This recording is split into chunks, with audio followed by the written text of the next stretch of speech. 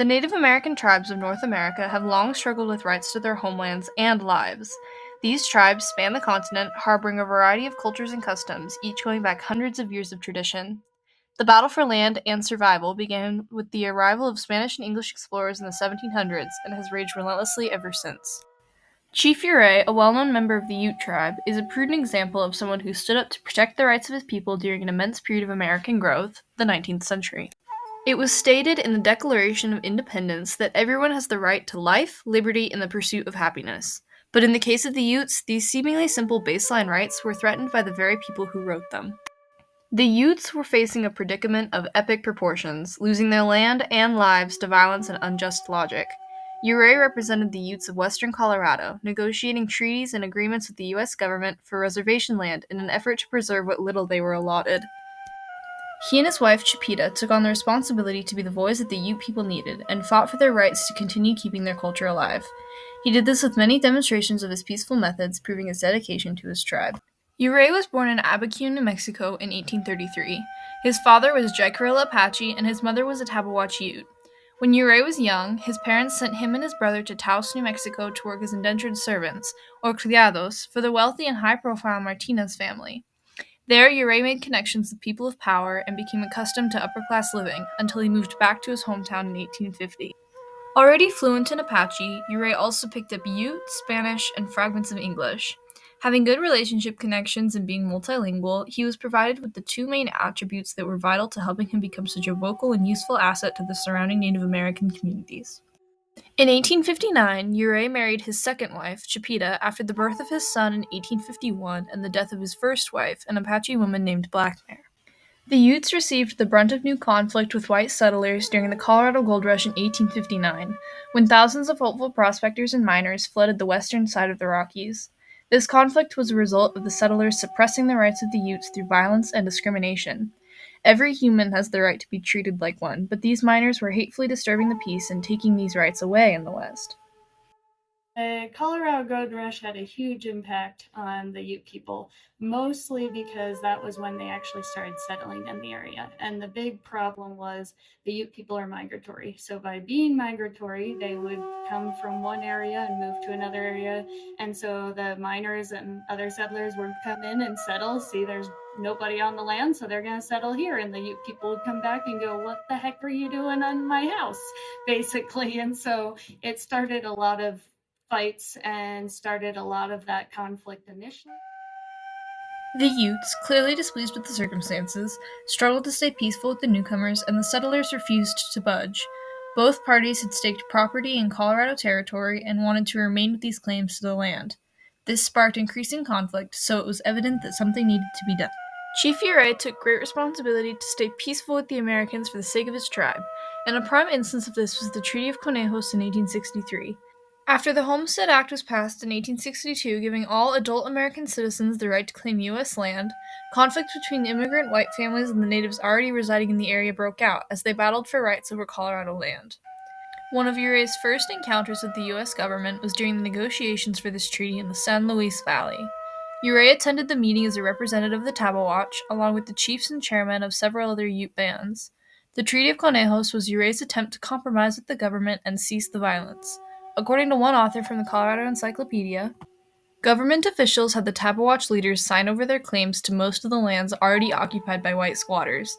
This included all of the Rocky Mountains east of the Continental Divide, as well as Middle Park. 10 of the Ute representatives signed the treaty, hoping that it would allow for compromise and the promise that the Utes could keep a portion of their ancestral lands.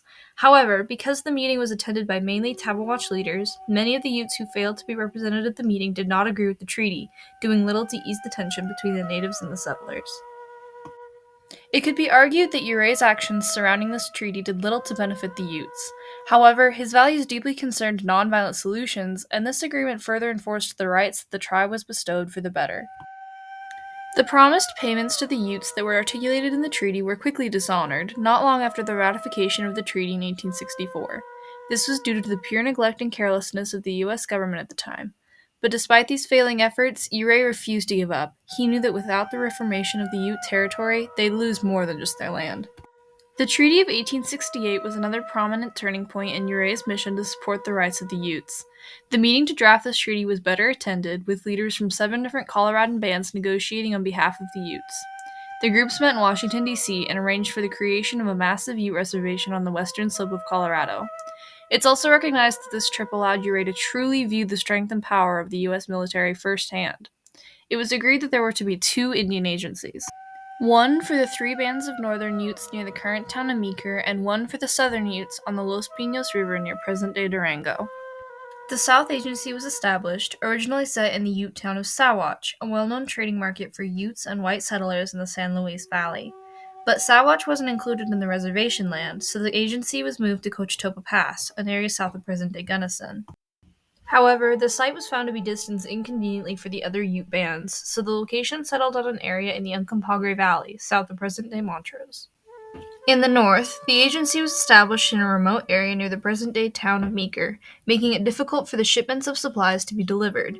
These shipments, for both agencies, were not upheld sufficiently anyway, often arriving late or not at all. With the signing of this treaty, Ouray had been officially recognized as the chief of the Ute Nation in the eyes of the U.S. government, and no matter how accurate a statement it was, it placed responsibility of defending Ute rights in his hands. In 1873, Ouray signed the Bruno Agreement, handing the San Juan Mountains over to the U.S. government. The Utes were heavily motivated by the aggression of white miners and prospectors wishing to profit from the gold in the mountains. During the Colorado Gold Rush, the San Juan Mountains were generally discarded, but by the 1870s, miners and prospectors had found gold and silver and began to consider the land as a valuable resource. The Treaty of 1868 was meant to iron out any trespassers, but regardless of the ownership, incentive remained for white settlers to take advantage of the possibilities that the mountain range offered. In an effort to retrieve the mountain range from the Utes, a meeting was arranged with nearly every Ute band represented. At first, the Utes plainly refused to sell their reservation and only wanted the government to fulfill the promises made in the Treaty of 1868. But Felix R. Bruno, the chairman of the Board of Indian Commissioners at the time, wanted to give it another chance. He threw in compensation for the land, as well as hunting rights for the Utes, and assured that they could keep the rest of the reservation without consequence. The Utes agreed, and the deal was closed.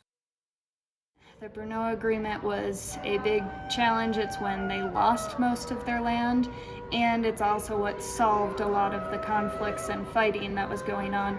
And at that time, the Ute people were still able to, although it was a reservation, it was still their land at that point. In the North, however, things were quickly devolving, and the appointment of Nathan C. Meeker in 1879 shifted the already unsteady balance.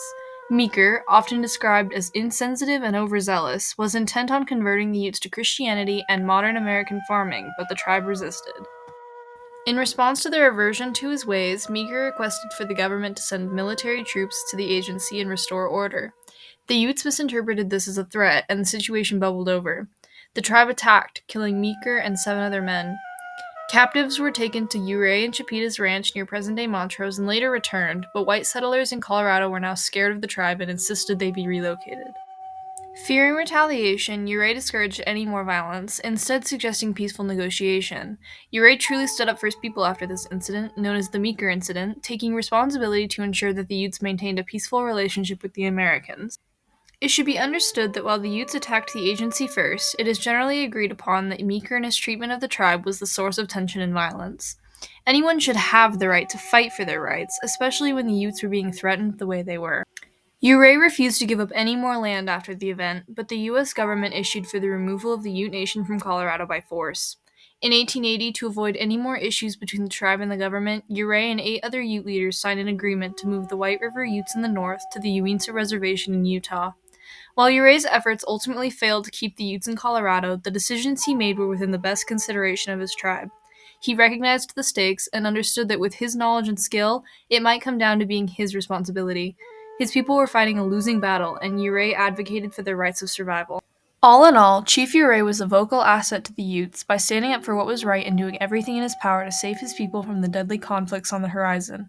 The Utes had, and still have, rights that are alike to any other person, and Chipeta and Ouray took responsibility to defend them.